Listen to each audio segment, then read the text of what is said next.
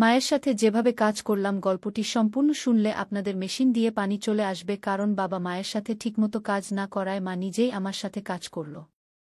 বন্ধুরা, গল্পটি শোনার আগে অবশ্যই আপনারা কানে হেডফোন লাগিয়ে নিবেন এবং হাতের কাজ করার আগে অবশ্যই হাতের কাছে টিস্যু রাখবেন। আমার নাম সন্দীপ। আমি মধ্যপ্রদেশের একটি ছোট শহরে বাস করি। সেখানেই আমি এবং আমার পরিবার থাকি। কোনো অভাব নেই, বাবা প্রচুর উপার্জন করেন এবং আমি কলেজে পড়ি। আজ আমি আপনাদের আমার জীবনে ঘটে যাওয়া একটি আকস্মিক ঘটনার গল্প শোনাতে যাচ্ছি। এটি সেই সময়ের কথা যখন আমি কলেজে পড়তাম এবং তখন ততটা বুদ্ধিমানও ছিলাম না। আমাদের বাড়িতে আমি, আমার মা এবং বাবা থাকি। আমাদের বাড়ি বেশ বড়, যেন কোনো ধনীর বাংলো। বাবা সকালে কাজে চলে যান এবং রাতে দেরি করে বাড়ি ফেরেন। সেই সময় বাড়িতে শুধু আমি এবং মা থাকতাম। আমি কিছুক্ষণ পড়াশোনা করতাম এবং পরে ঘুমিয়ে পড়তাম। কিন্তু মা সবসময় বাবার জন্য অপেক্ষা করতেন। সেই সময় আমি কলেজের শেষ বছরে ছিলাম। এক সকালে যখন আমি কলেজে যাওয়ার প্রস্তুতি নিচ্ছিলাম, তখন আমি মায়ের জোরালো কণ্ঠ শুনতে পেলাম। তিনি বলছিলেন, তুমি কি করছ? রাত 2টায় বাড়ি আসো এবং বলো অফিসে কাজ ছিল। রাত 2টা কোন অফিসের কাজ চলে? সরাসরি বলো না যে তুমি সেই মেয়ের সাথে ছিলে। মা খুব রেগে গিয়েছিলেন। আমার মা সাধারণত কারো উপর রাগ করতেন না, তার স্বভাব খুব শান্ত ছিল। কিন্তু আজ কি হয়েছিল জানি না, মা খুব রেগে গিয়েছিলেন। আমি 2টায় আসি বা 3টায়? 3টা বাজে, তোমাকে যা চাইছে তা মিলতে হচ্ছে না, পরে চুপ থাকো। বাবা তীব্র আওয়াজে মাকে বললেন, কি চাইছে তা মিলছে? টাকা, গহনা, এসব ছাড়াও কি কোনো সুখ থাকে? এখন আর কিছু বলো না, কিন্তু এখন আর সহ্য হচ্ছে না। 3-4 মাস হয়ে গেছে, তুমি আমাকে ছুঁয়েও দেখোনি। শেষ ওই মেয়ের মধ্যে এমন কি আছে যা আমার মধ্যে নেই? মায়ের আওয়াজ আরও তীব্র হয়ে উঠল। তখন বাবা রেগে বললেন, বারবার মেয়ে বলো না, নইলে। তাহলে কি করবে? মা উল্টো জবাব দিলেন। সেই সময় বাবার রাগ অনেক বেড়ে গিয়েছিল। তখনই হঠাৎ ধমকের আওয়াজ এল এবং সঙ্গে সঙ্গেই মায়ের চিৎকারে পুরো ঘর গুঞ্জে উঠল। আমি তৎক্ষণাৎ আমার ঘর থেকে ছুটে তাদের বেডরুমের দিকে গেলাম। যে দৃশ্য আমি দেখলাম তা দেখে আমি হতবাক হয়ে গেলাম। বাবা মাকে বেল্ট দিয়ে মারছিলেন। মা ব্যথায় চিৎকার করছিলেন, কিন্তু বাবা থামার নামই নিচ্ছিলেন না। আমি কিছু না ভেবেই মায়ের উপর ঝাঁপিয়ে পড়লাম, যাতে তাকে বাঁচাতে পারি। কিন্তু বাবা তখনও থামলেন না। যেই আমার উপরেও 2-4টি বেল্টের আঘাত লাগল, বাবা থামলেন এবং তিল মিলিয়ে আমার দিকে রেগে তাকাতে লাগলেন, তারপর বাড়ি থেকে বেরিয়ে গেলেন। পরের দিকে আমি মায়ের দিকে তাকালাম। মায়ের চোখ থেকে অশ্রুধারা বয়ে যাচ্ছিল। আমি মাকে সাপোর্ট দিয়ে উঠিয়ে দিলাম। উঠতে গিয়ে মা কেঁদে উঠলেন। আমি তাকে বিছানায় বসালাম। তখন পর্যন্ত তার হাত ও পিঠে লাল দাগ পড়ে গিয়েছিল। এ দেখে আমার বাবার উপর প্রচণ্ড রাগ উঠল। কোনো মানুষ এত নিষ্ঠুর কি করে হতে পারে? কেউ নিজের স্ত্রীকেও এভাবে মারতে পারে? তখন আমি দ্রুত রান্নাঘরে গেলাম। একটি বাটিতে তেল ও হলুদ মিশিয়ে মায়ের কাছে নিয়ে এলাম। মায়ের পিঠে 2-4টি বেল্টের আঘাতের ব্যথা অনুভব হচ্ছিল। মা ফুপিয়ে ফুপিয়ে কাঁদছিলেন। এরপর আমি মায়ের হাত ও পিঠে তেল হলুদের মিশ্রণ লাগানো শুরু করলাম, যেখানে তাকে মারা হয়েছিল। কিছু জায়গায় হালকা রক্ত বের হয়েছিল। মিশ্রণ লাগানোর পর আমি বাটিটি একপাশে রেখে মায়ের পাশে বসে পড়লাম। মা আমাকে দেখে তৎক্ষণাৎ আমাকে জড়িয়ে ধরে কাঁদতে লাগলেন। পরে তিনি আমার গলায় মুখ লুকিয়ে জোরে জোরে কাঁদতে লাগলেন। মায়ের অশ্রুতে আমার কাঁধ ভিজে গেল। আমি তার পিঠে হাত বুলিয়ে তাকে শান্ত করার চেষ্টা করছিলাম। আমরা দুজন অনেকক্ষণ ধরে এভাবেই একে অপরের বাহুতে ছিলাম। তখনই মায়ের হাত যখন আমার পিঠের দাগগুলো স্পর্শ করল, তীব্র ব্যথার ঢেউ উঠল এবং আমি কেঁদে উঠলাম। মা যেই এটা বুঝতে পারলেন, তিনি তৎক্ষণাৎ আমার থেকে সরে গেলেন। পরে মা আমার শার্ট উপরে তুলে সেই বাটি থেকে তেল হলুদের মিশ্রণ ধীরে ধীরে আমার পিঠে লাগাতে লাগলেন। লাগানোর সময়ও তিনি ফুপিয়ে ফুপিয়ে কাঁদছিলেন। তুই কেন আমার জন্য মাঝখানে এলি? অকারণে তোরও মার খেতে হলো, মা এমন বললেন। তখন আমি তাকে বললাম, মা, তোমার জন্য যদি আমার প্রাণও চলে যেত, তবু আমার কোনো দুঃখ হতো না। কিন্তু তিনি তোমাকে মারলেন। যখন আমি এ কথা বললাম, তখন মা আমার দিকে তাকিয়ে বললেন, তোকে বলব কি না ভাবছি। ছেড়ে দে, এখন তোকে এসব জানা উচিত। গত 2 বছর ধরে তোমার বাবা একটি মেয়ের পেছনে ঘুরছে। রাতে দেরি করে আসে এবং আমার জন্য যেন কোনো অস্তিত্বই নেই তার কাছে। আর আমাকে এ কথা বলতে লজ্জাও হচ্ছে যে গত কয়েক মাস ধরে সে আমাকে ছুঁয়েও দেখেনি। কয়েকবার মনে হয়েছে আমি নিজের প্রাণ দিয়ে দিই। কিন্তু আমার পরে তোর কি হবে এ ভেবে আমি এমন পদক্ষেপ নিইনি। কিন্তু সত্যি এখন এই জীবন থেকে ক্লান্ত হয়ে পড়েছি। এখন আমি ঠিক করেছি একই ঘরে থাকব, কিন্তু তার সাথে কোনো সম্পর্ক রাখব না। মায়ের এ কথা শুনে আমি ভাবনায় পড়ে গেলাম। এত সুন্দর, সুশিক্ষিত ও বুদ্ধিমান মা হওয়ার সত্ত্বেও বাবা কি করে অন্য নারীর পেছনে ঘুরছে। মনে মনে আমি বাবার এই কাজকে দোষী সাব্যস্ত করলাম। মা সত্যিই খুব সুন্দর ছিলেন। সুন্দর চেহারা, নাজুক বডি, স্লিম ফিগার, 5 ফুট উচ্চতা, ফর্সা রং, তিনি যেন কোনো ছবিতে আঁকা দেবীর মতো দেখাতেন। তবুও বাবা কেন তার সৌন্দর্য দেখতে পাচ্ছিলেন না? সেই দিনের পর থেকে মা বাবার সাথে কথা বলা বন্ধ করে দিলেন। তিনি আমার ঘরে আমার পাশেই ঘুমাতে লাগলেন। বাবা মাসে বাড়ির সব জিনিসপত্র ভরিয়ে দিতেন এবং টিভির পাশের ড্রয়ারে 5,000 টাকা রেখে যেতেন। এখন তো বাবা বাড়িতে খেতেও আসতেন না। তিনি সেই মেয়ের বাড়ি থেকেই খেয়ে আসতেন এবং কখনো কখনো বাড়িতেও আসতেন না। ধীরে ধীরে এভাবে আরও 3 বছর কেটে গেল। তখন আমি কলেজের পড়াশোনা শেষ করেছি এবং একটি আইটি কোম্পানিতে কাজ শুরু করেছিলাম। আর এখন আমি 24 বছর বয়সী হয়ে গিয়েছিলাম। নিয়মিত ব্যায়াম ও ভালো খাদ্যাভ্যাসের কারণে আমার স্বাস্থ্যও ভালো হয়ে গিয়েছিল। এখন তো বাবা মাসে 2-3 বারই বাড়ি আসতেন। আমার সঙ্গে খুব কম কথা বলতেন। যদিও মা এখন সেই আঘাত থেকে উঠে এসেছিলেন, কিন্তু তার চেহারায় সবসময় একটা বিষাদ ছেয়ে থাকত। আমি তাকে কখনো হাসতে দেখিনি। আমি আগে কখনো এমন দেখিনি, এটা দেখে আমার খুব খারাপ লাগত।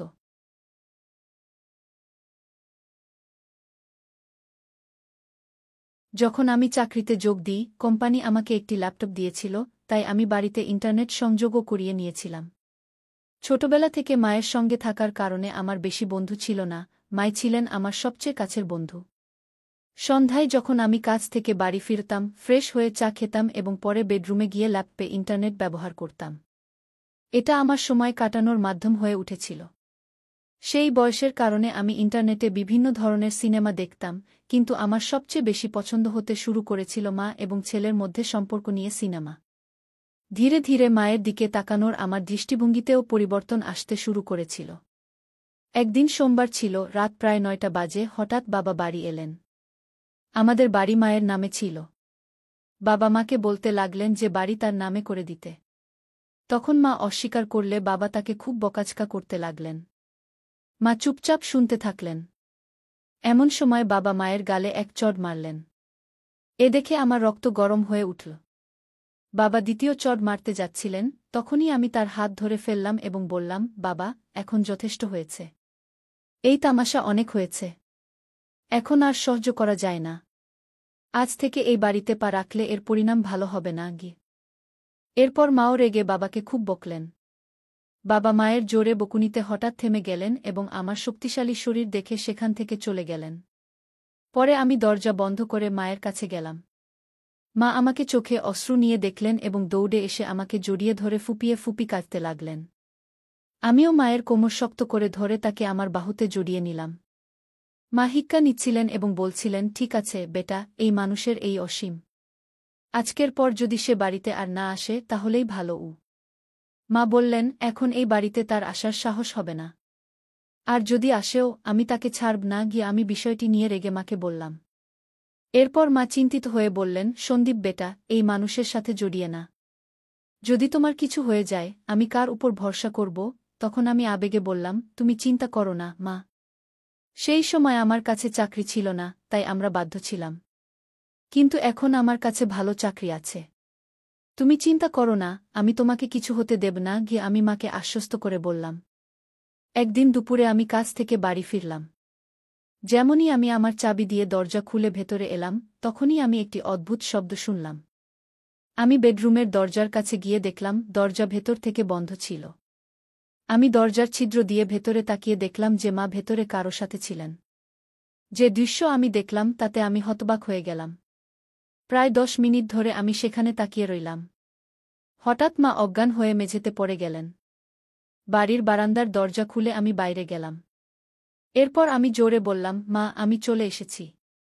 তুমি কোথায়? বলেই আমি হাতে ধরা ব্যাগ সোফায় রেখে জুতোর ফিতা খুলতে লাগলাম। কিছুক্ষণ পর মা বেডরুমের দরজা খুলে বেরিয়ে এলেন। আমাকে দেখে তার মুখে ঘাবড়ে যাওয়া এবং আশ্চর্যের ভাব ছিল। আমি দ্রুত জুতো খুলে বেডরুমে ঢুকে গেলাম। টেবিলে আমি কলার একটি প্লেট দেখলাম। আমি একটি কলা নিয়ে খেতে লাগলাম। মা আমার পিছে পিছে এলেন। আমি ঠিক তখন কলা খেতে যাচ্ছিলাম, মা কিছু বলতে যাচ্ছিলেন, কিন্তু আমি আগেই কলা মুখে পুরে ফেললাম। মা অবাক হয়ে আমার দিকে তাকানোর সুযোগ পেলেন, আর আমি শান্তিতে কলা খাচ্ছিলাম। কলাটা একটু কাঁচা ছিল, তাই পুরোপুরি মিষ্টি নয়। মা, কলা খুব ভালো আছে। আর কলা কি? আমি কলা খেতে খেতে মাকে জিজ্ঞাসা করলাম। মা কিছু উত্তর দিলেন, কিন্তু তার মুখেই রইল। কিন্তু বন্ধুরা, আমি আপনাদের বলছি, সেই কলাগুলোর স্বাদ এত ভালো ছিল যে কিছু বলার নেই। কলা খাওয়ার পর আমি বাথরুমে গিয়ে ফ্রেশ হয়ে এলাম এবং তারপর ঘরে গিয়ে ল্যাপটপ খুললাম। তারপর আমি একটি রোমান্টিক মুভি দেখতে লাগলাম। রাতের খাবারের পর আমি বেডরুমে ঘুমাতে গেলাম। কিছুক্ষণের মধ্যে মা সব কাজ সেরে ঘুমাতে এলেন। মা হালকা গোলাপি রঙের নাইটগাউন পরেছিলেন।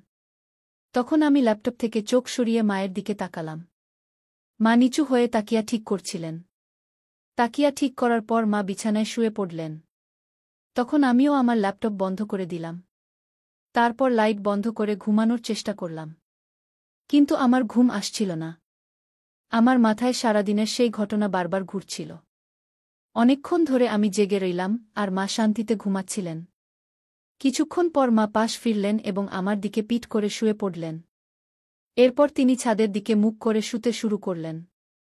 আমি কিছুক্ষণের জন্য ভয় পেয়ে গেলাম, কিন্তু যখন মা জাগলেন না, তখন আমি কিছুটা স্বস্তি পেলাম। আমার সাহস বেড়ে গেল এবং আমি ধীরে ধীরে মায়ের দিকে তাকাতে লাগলাম।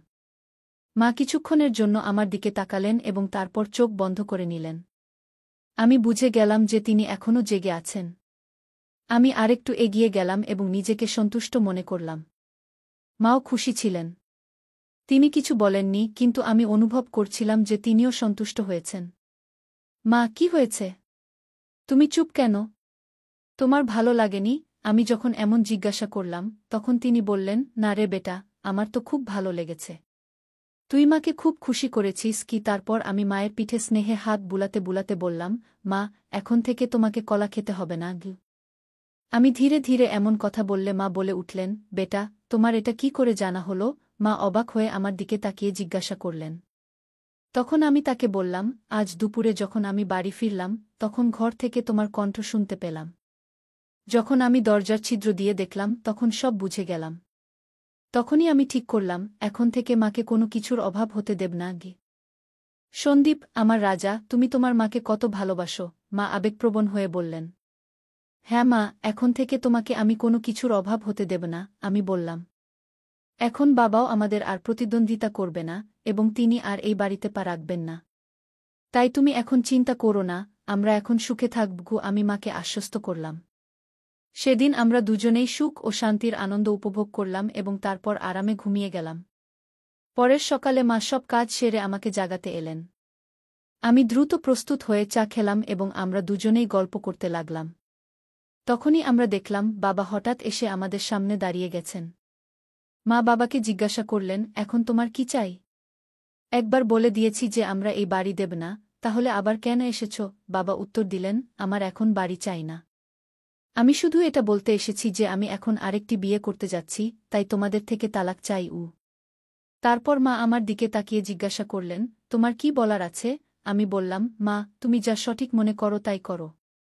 আমি তোমাকে কোনো কিছুর অভাব হতে দেব না, আমার উপর বিশ্বাস রাখো। মা তখন বাবাকে তালাকের জন্য হ্যাঁ বলে দিলেন। দুপুরে মা এবং বাবা দুজনেই অফিসে গেলেন এবং তাদের বাকি আইনি কাজ সেরে ফিরে এলেন। তারপর থেকে বাবা আর কখনো আমাদের দেখা দেননি এবং আমরাও তাকে খুঁজে বের করার চেষ্টা করিনি। আমরা দুজনেই এখন আমাদের বাড়িতে খুশি ছিলাম এবং বাবাও তার সেক্রেটারির সাথে খুশি ছিলেন। এখন আমরা দুজনেই একা থাকি এবং আমাদের সুখ দুঃখের খেয়াল রাখি। এমনি করে চলতে চলতে এখন অনেক বছর কেটে গেছে।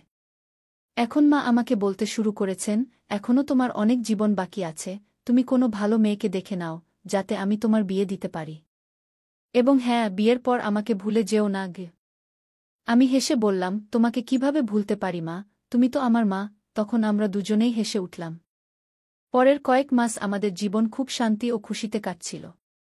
মা এবং আমি এখন একে অপরের খেয়াল রাখতাম এবং একে অপরের সাথে খুশি ছিলাম। কিন্তু মায়ের কথা আমার মাথায় সবসময় ঘুরত।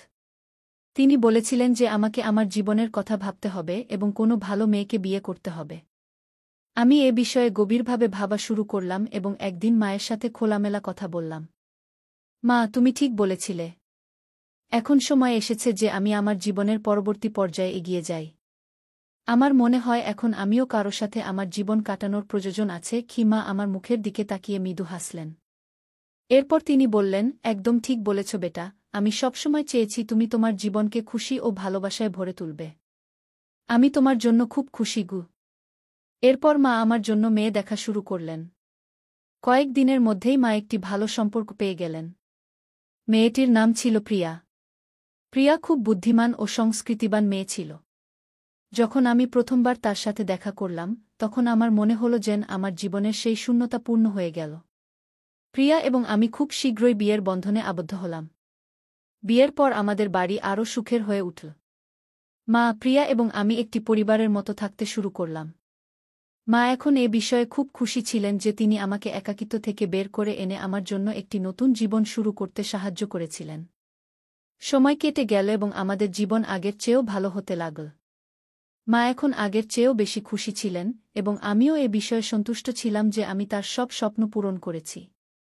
শেষে আমি শিখলাম যে জীবনের সম্পর্কের গুরুত্ব কতটা, তা সে মা-ছেলের সম্পর্ক হোক বা স্বামী-স্ত্রীর। সত্যিকারের ভালোবাসা ও সম্মানী সম্পর্ককে মজবুত করে এবং এই শিক্ষাই আমি আমার জীবনে প্রয়োগ করেছি। তাই বন্ধুরা, এই গল্পের মূল বার্তা হল যে পরিবারই আমাদের আসল শক্তি এবং যখন আমরা আমাদের পরিবারের পাশে দাঁড়াই, তখন সব কঠিন কাজ সহজ হয়ে যায়। আশা করি তোমরা এই গল্পটি পছন্দ করেছ। যদি গল্পটি পছন্দ হয়ে থাকে তবে লাইক করো এবং তোমাদের বন্ধুদের সাথে শেয়ার করো।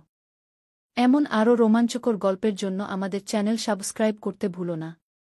ধন্যবাদ।